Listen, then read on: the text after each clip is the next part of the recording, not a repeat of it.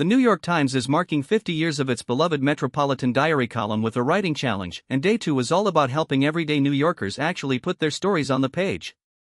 Metropolitan Diary editor Ed Shanahan, who's been running the column for a decade, is leading the challenge alongside illustrator Agnes Lee, who has drawn more than 2,000 pieces for the weekly column since 2017.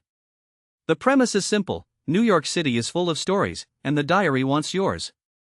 So what makes a good diary submission? According to Shanahan, it's really just a good story that happens to be set in New York, something that captures the essential New Yorkness of the city. The submissions that tend to get published share a few common threads: a clear beginning, middle, and end, sharp, specific details, punchy dialogue, a moment of surprise, and some humor, warmth, or genuine emotion. But Shanahan is quick to point out there's no rigid formula. Breaking those loose rules can absolutely work in your favor. One of the most freeing pieces of advice here is this: don't worry about being a writer.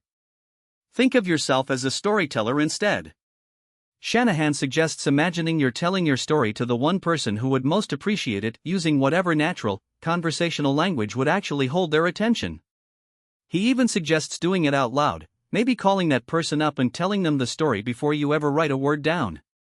And when it comes to length, short can be just as powerful as long. One featured example in the challenge clocks in at just 53 words. The column needs a mix: long, medium, and short, so there's real value in keeping it tight.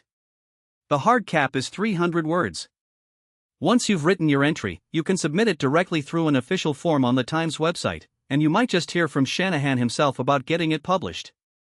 Day 2 of the Metropolitan Diary Challenge is a reminder that the most compelling New York stories don't always come from the biggest moments. Sometimes 53 words is all it takes.